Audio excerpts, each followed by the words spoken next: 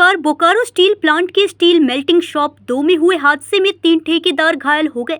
घायल ब्रजेश माथा का इलाज बोकारो जनरल अस्पताल में चल रहा है। घटना की जानकारी मिलने के बाद धनबाद सांसद श्री ढुल्लू महतो ने तुरंत बीएसएल प्रबंधन और संवेदकों से संपर्क किया। उन्होंने मृतक की आश्रित पत्नी को नियोजन दिलाने का प्रयास किया और औपचारिक नियोजन पत्र उनके हाथों सौंपा। इस मौके पर चंदन कियारी के पूर्व विधायक श्री अमर कुमार बावरी और भाजपा कार्यकर्ता भी मौजूद रहे।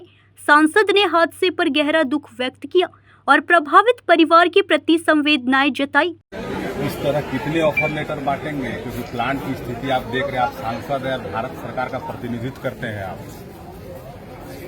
देखिए, बात ऐसा है कि ये सच्चाई है, इसमें हम इससे जुटाया नहीं जा सकता, हम झूठ बोलते भी नहीं। बीएसएल प्रबंधन का बहुत ज्यादा लापरवाही के कारण इस तरह का दिन प्रतिदिन घट गया है।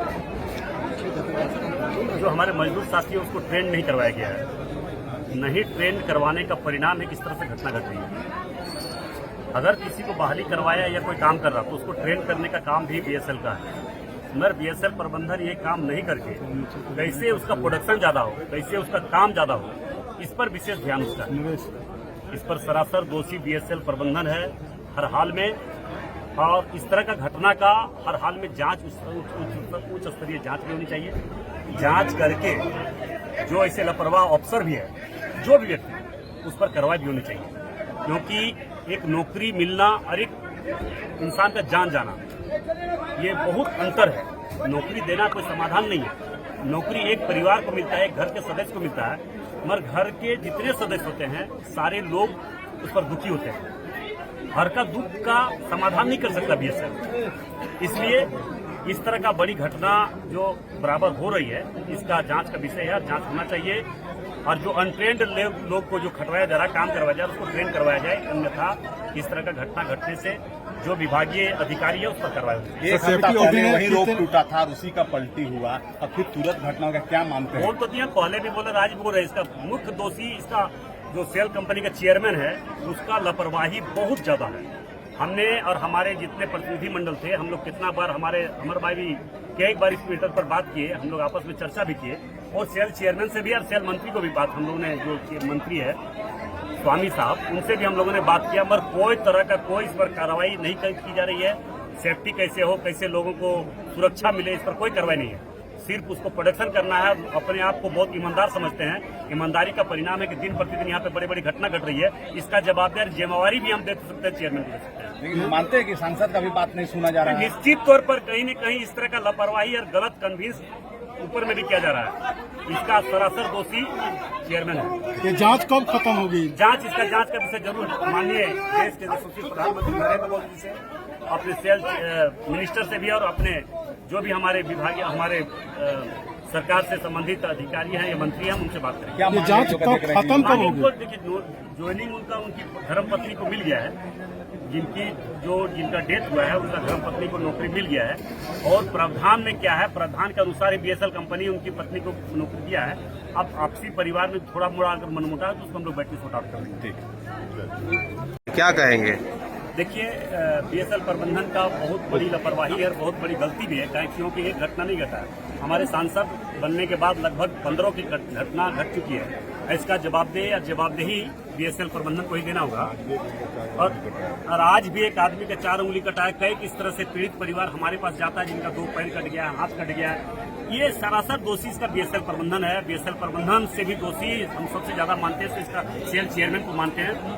तो कहीं न कहीं इस तरह का अनट्रेंड, जो मतलब अगर हम किसी को काम करवाने उसको ट्रेन कैसे करें, उसको ट्रेन अगर करवा देते तो वो ट्रेन करने वाले मजदूर हमारे अपने सेफ्टी के अनुसार काम करते हैं। सेफ्टी का कोई सामान नहीं दिया जाता है, ऊपर कहीं पे भी चढ़ा दिया जाता है, कोई भी काम में उसको लगा दिया जाता है, जबकि सेफ्टी का सामान देना चाहिए, सेफ्टी का उसको सारा किट्स देना चाहिए, मगर कोई सेफ्टी का किट्स नहीं है। दूसरी बात है कि इस तरह से बोकारो में लापरवाही और गलत राजनीतिक का परिणाम इस तरह का हो रहा है। अगर सारे लोग अगर एक होकर एक तरह से बीएसएल प्रबंधन से वार्ता करके काम करवाएंगे, मगर इस तरह का घटना नहीं घटता। मगर यहाँ कहीं न कहीं कुछ दलाल लोग, कुछ ठेकेदार लोग इस तरह का उन लोगों का मन बढ़ाने का प्रयास कर रहा है, काम कर रहा है। अगर इस तरह का नहीं चाहता है कि बीएसएल प्रबंधन का इस तरह से गलत तरीके से, गलत ढंग से मन नहीं बढ़े, उसका मन संतुलित हो, तो इसके लिए सारे लोग को मिलकर काम करना होगा। यहाँ पे तो तरह तरह के देख रहे हैं कि राजनीतिक हो रही है, और राजनीतिक हमने जब से चुनाव जीतने के बाद, सांसद बनने के बाद कोई राजनीतिक नहीं, और सीधा सीधी काम हम लोग करते हैं। चाहते हैं कि मजदूर, गरीब, यहाँ के नौजवान को कैसे रोजगार मिले, अपेंडिक्स वाले को कैसे रोजगार मिले, विस्थापित को कैसे अधिकार मिले, झुग्गी झोपड़ी रहने वाले में भी उसको कैसे हक मिले। ये इस बात को लेकर हम लोग सारे समय पर बात किए हैं। कोई इस तरह का बात हम लोग नहीं किए। हम लोग चाहते हैं सारे लोग सुसज्जित ढंग से अच्छे से काम करें, अच्छे से लोग रहे, यहाँ कमाए खाए और आपस में मिल के चले। मगर यहाँ आपस में नहीं मिलने देने का देख रहे हैं आप किस तरह का हथकंडा भी लोग अपना रहे हैं। इसलिए उसका चिंता हम लोग नहीं करते हैं। भगवान प्रभु श्री राम जी को साक्षी मानकर हम लोग समाज और धर्म और गरीब, मजदूर, विस्थापित और बीएसएल में काम करने वाले 20,000 और ठेका मजदूरों के बीच में हम लोग काम करते हैं और उनके लिए काम करेंगे। एक चीज बताइए कि लगातार घटनाएं हो रही हैं मशीन क्या है ना कि अनट्रेंड मतलब क्या है कि जैसे तैसे काम करवाते हैं। बीएसएल चाहता है कि हमारा प्रोडक्शन कैसे ज्यादा हो, प्रोडक्शन से ज्यादा सुरक्षा देखना है कि मजदूरों का सुरक्षा कैसे।